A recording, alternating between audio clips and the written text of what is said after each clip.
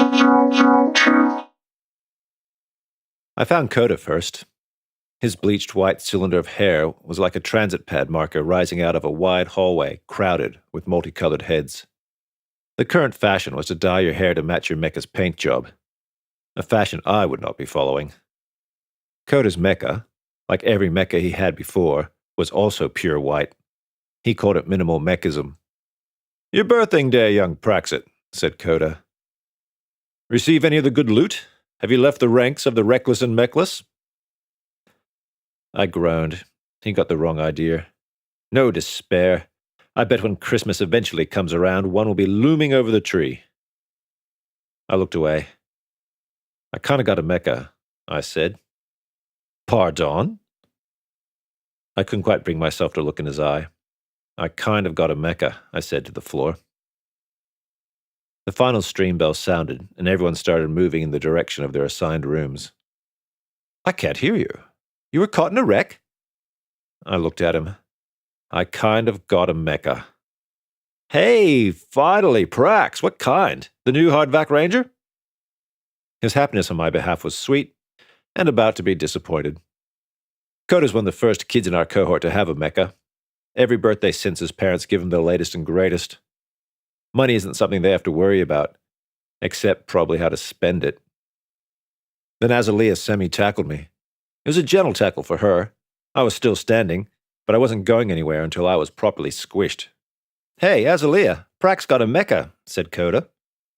"Praxit!" She squeezed me harder. The pressure in my head and ears skyrocketed, my ribs creaked. "Happy birthday, dude! Birthday, birthday, birthday!"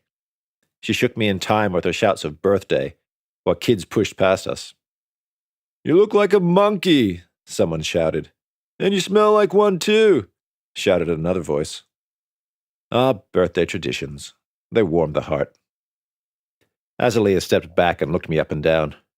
Her hair was a halo of yellow and blue with lines of black through it. "You don't look any taller, or any happier for a guy who finally, after years of frustration, dreaming and co-piloting, finally got his very own mecha," she said. "What'd you get? Hardback Ranger? Macrobot? Sturdy mech?" Her shaking had left my backpack straps down at my elbows. I shifted them back to my shoulders and started up the stairs. "It's not a great mecha," I said over my shoulder. They both bounded up after me. "What kind is it?" said Coda. "Come on, you can tell us. We're going to see it at lunch anyway." "We don't actually care what kind of mecha you got," said Azza-lea. "A mech's a mech." We had reached the last landing. We were lagging and the stairwell was empty. Coda grabbed my shoulders. "What kind is it?" he said, looking right in my eyes. I looked down. "No kind. It's no kind, no brand, no model. Dad got it through a guy at work. It's short, and Now this is stupid. I know it's stupid, but I've been dreaming mechas for years, and despite what Azza-lea had just said, mechs are not just mechs. The difference between a top-of-the-line mecha and the bottom, or even lower, mine, is the difference between a world-class athlete and a smelly basic fat guy covered in warts who hasn't seen his own feet in years, so he's barefoot and his feet are covered in warts. Now, imagine that through no fault of your own. You woke up one day as the fat guy instead of the athlete. You too might catch a bit of dust in the old eye sockets, get a bit glassy-eyed. Maybe a hot tear might drop onto the toe of your shoe because your friend is playfully shaking you. I wiped my eyes and took a deep breath. Coda had taken a step back and was next to Azza-lea. I gave them a little flat smile and shrugged. You'd think I was confessing to murder. I took a deep breath. "It's small, it's fat, it won't walk straight, and it's what?" they both yelled. "The whole thing is baby poo green." They looked at me. They looked at each other. They bent over laughing. They were laughing so hard. I don't know. I'd witnessed a lot of laughing that morning, but seeing my friends laughing, it flicked a switch somewhere, and I started laughing too. I finally got a mecha, and it was the color of baby poo. It was awful. So awful it had to be hilarious, at least for a moment. Are you for real? Said Azza-lea between gasps. The exact shade of baby poo, I said. They laughed harder. The whole drone release bell rang, and we all staggered up the stairs laughing. I cannot wait to see it at lunch, said Coda. We can help you repaint it sometime if you want, said Azza-lea, and pulled a handful of my hair so hard my head went back. Because I do not want to see you with that hair color. That's friends for you, sharing your misery, helping you fix it, and making your eyes water with pain. The whole drone started to buzz us. My friends went off to their advanced streams, and I headed for my common stream room. Yeah, I still haven't finished common stream.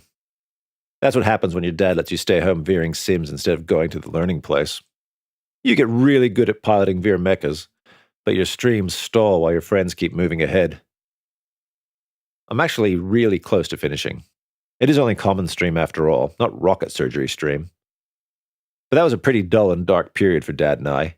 He spent it playing as a raccoon building a tiny veer farm, while I piloted veer mechas, and neither of us saw much of anyone or did much of anything else. But now we're back on track. He was working, and I was being herded by drones down the hall to my assigned room. Yay. At lunch, we met in the eating space, but we walked straight out of there. You can't use the main steps at lunch, so to get to the mecha stand, you have to cut through outside one, which is all tables under trees. It sits between Wing 1 and Wing 2 with the eating space behind it, and the playing fields and autonomous zones stretching out in front of it. There's an exclusion zone around the whole building to stop any accidental mecha damage. It's sensible, especially in a school, but it makes for a long walk to the mecha stand. Did I say walk? Azza-lea was bouncing so hard with curiosity that she dragged Coda and me at a trot. Oh, this is bad, I said. No, this is great, said Azza-lea. You've got a mecha. It looks like not that. This, I said, and pointed at the three mechas coming towards us out of the stand. It was Tien, Ainsley, and Risto. Them, said Coda. We were on the pedestrian path, so they should have gone around us, but nope. Tien had to stomp over right in front of us and squat down in our way, her mecha's forearms resting on its knees. She had her external volume turned right up so everyone around, in a mecha or not, could hear her. What's happening, Simlord? You trying to bail, but your friends are stopping you? Bail from what? Said Coda, and get off the walk. Bail from tryouts. Says he's going to jet circles around us, said Tien. Ainsley leaned over us. We are going to wipe him out, broadcast Ainsley. Totally, broadcast Risto from behind her. It'll be like a comet hitting a cruise liner. Doosh! Nothing left. Uncool, said Azza-lea. Risto's words turned me from annoyed and embarrassed and worried to pure anger. I'll be there, I said, in 5. Tien reached over the back of her mecha and unhooked the protector that hung there. She snapped it over a cockpit. The grid of steel bars shielded the mechrosse players' canopies from the ball and the other players. Ainsley and Risto did the same. Take your time, you need it, broadcast Tien. She stood up and the three stomped off towards the playing fields. I can't believe Risto, said Azza-lea. Wait until I catch him out of his cockpit. It was my turn to drag them. Let's get to the mecha, I said through gritted teeth. Do you want me to go find a protector to borrow? Davor's on my vocation stream table. He might lend us his, said Coda. That popper, no way, said Azza-lea. No way. Well, his mecha's right there, said Coda. Behind that little green baby poop one. COO, no, said Azza-lea.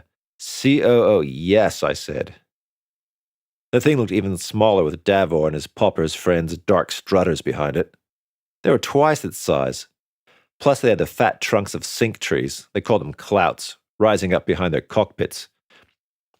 They had tubing mounted to their backs that they used as scabbards for the things. Poppers are worse than mechrosse players. They're called poppers because they get their kicks popping cockpits, which means they like cracking the canopies of other mechas, mainly just other poppers. If they can pull it off, they will actually pull off a cockpit. Fixing a cracked canopy can be expensive. Reseating a cockpit requires a repair crew and is OCO expensive. Not to mention you're locked in there until the crew arrives. And poppers always need to have tough-looking mechas. Davor's was matte black, no detailing. Even his cockpit protector was black, with extra spikes welded onto the crossbars. Not the kind of thing you can wear during a mechrosse match. Nobu's dark strutter was matte black too, except he had paid a mecha shop to remove all the panels from the arms. It looked freaky, which is why he did it. The bare tubing of the arms, and especially the fingers, looked like a mechanical skeleton. The fat power delivery cables wrapped around the tubing looked like black veins. You look at that and you're glad your mecha's got panels or a skin. The other mecha belonged to Klaus. It was also black, but it had red paint splattered and splashed across it, especially around the feet and hands.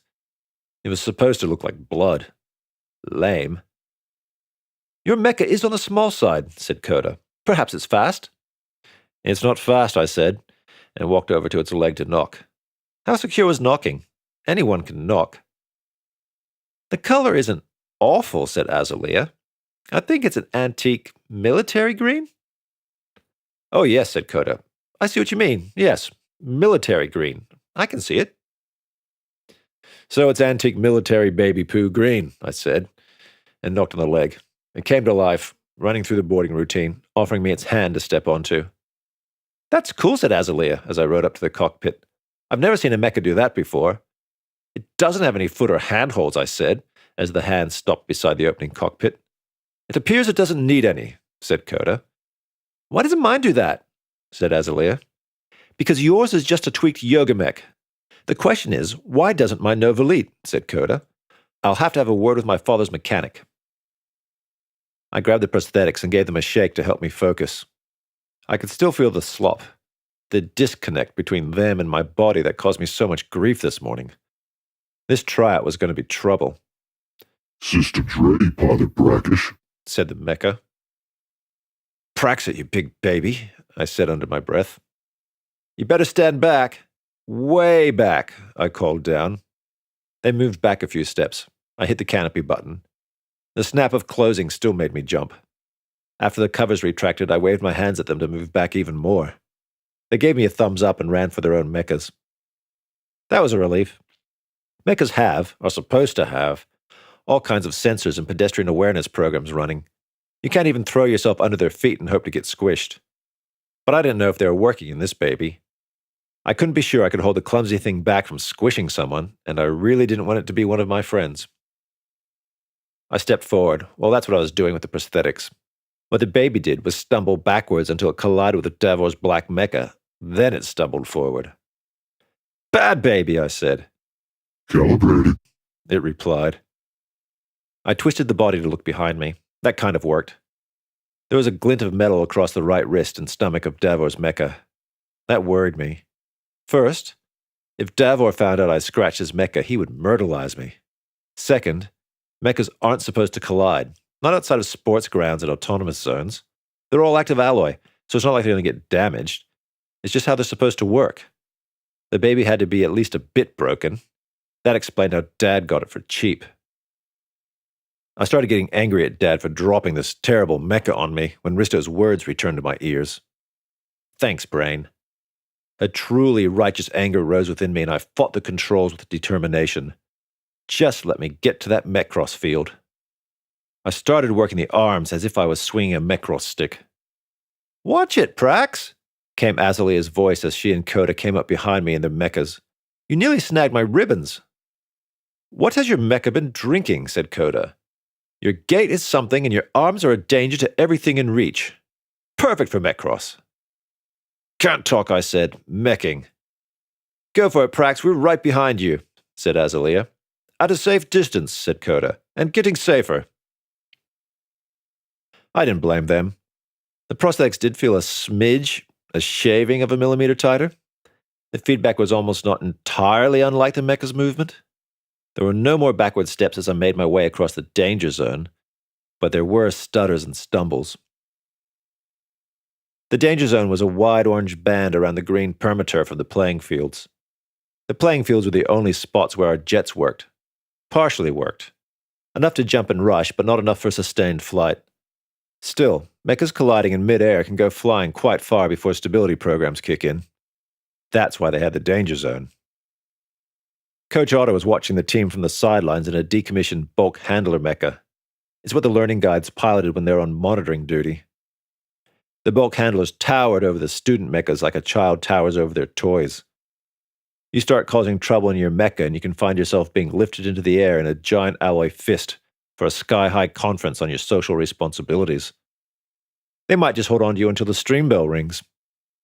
I've heard at some learning places they have bulk handler bugs, like my dad pilots. Guides can ruin free time for 4 pilots with those. When I got close enough, I could hear the coach shouting directions at the players, jet-hopping around the field, passing the ball to each other. "I'm here for tryouts," I said. "Who's that?" said Coach Otter. He twisted his mecha around and looked down on me. "What is that?" "Praxit, Coach. I'm here for open tryouts." "In that? You sure?" "In this. It's called open tryouts, isn't it?" "Maybe I should change the name. Here." The coach held out a mechrosse stick. It's basically just a lacrosse stick scaled up to fit mechas, but not bulk mechas. It looked like a pencil in his hand. This was really happening. I locked my harness straps over my shoulders and around my hips. "Take it." "Yep, I'm taking it," I said, as I watched the baby's green hand wavering in narrowing circles as I directed it to reach for the stick. "Just grab it," I growled in my throat, where the group comms wouldn't pick it up and share it. Calibrating. "Come on, are you trying out or not?" For a moment, just as I was wrenching hard on the arm prosthetics in an attempt to force even a small move towards the stick, I felt a direct connection with the arm. We were in sync. Except, of course, now the arm was whipping towards the stick. I closed the fist in time to grab it, and it squealed as it was wrenched out of the coach's hand. "That's the spirit! Now get out there and show me what you can do." I headed onto the field. The direct connection? Gone. It was a fleeting moment of hope and grace. I made my clumsy way, with no grace and no hope, to where the players had gathered to watch me. The 7 of them looked formidable in their cockpit protectors, tossing and spinning their sticks like they weighed nothing, when they were each 150 kilos of honeycombed aluminium plus a net of steel cables. "Go, Praxit!" called Azza-lea. "Dominate those cretins," called Coda. "I mean cretins in a nice way." I didn't know what I was supposed to do. When you sim mechrosse, it's always a game, not this standing around. Naturally, when I sim, I play as an attacker. Praxit 2230, scourge of goalies. For this tryout, I wasn't sure what was going to happen. If I could just run and pass the ball, get a single shot at goal in this stupid baby, I would probably wake up in bed because it would have to be a dream. "Can you smell that?" said Kai. "I've been smelling it all day," said Ainsley. "I would tackle it, but I just power wash this thing," said Burko. The whole team got their digs in, their clever little insults, while I finally got a proper grip on the stick. It was a little long for the baby, but I think having something solid to hold on to was making the arm control more stable. I made the mistake of looking around. The dancers, the faux fighters, the skaters had not just stopped to watch us, they were wandering over to the halfway line that marked the separation between mechrosse and free play sections for a closer look. "Peeps," said Tien, "we're going to stomp us some Simlord. Don't worry about a spray wash. We'll be wiping him off our feet." "Enough talk," said the coach. He sent the ball jetting over so it hovered between me and the team. "Attackers, midfielders up front." Tien, Ainsley, Burko, and Risto moved forward. "Defenders, stay open for passes from the green guy." "Praxit," I said. "Green guy, I want to see your basic jetting and passing. Get the ball past the crease and you get to be a reserve.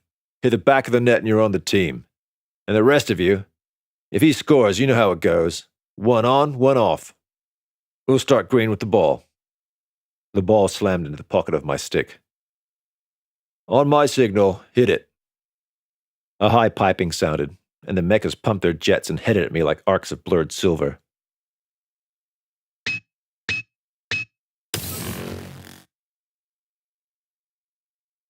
Loving the story? Show your support and access new episodes on Sunday instead of Wednesdays. Supporter episodes will always be ad-free.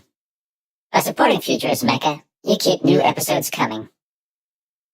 Visit patreon.com/futureismeca and become a supporter today. Patreon.com/futureismeca.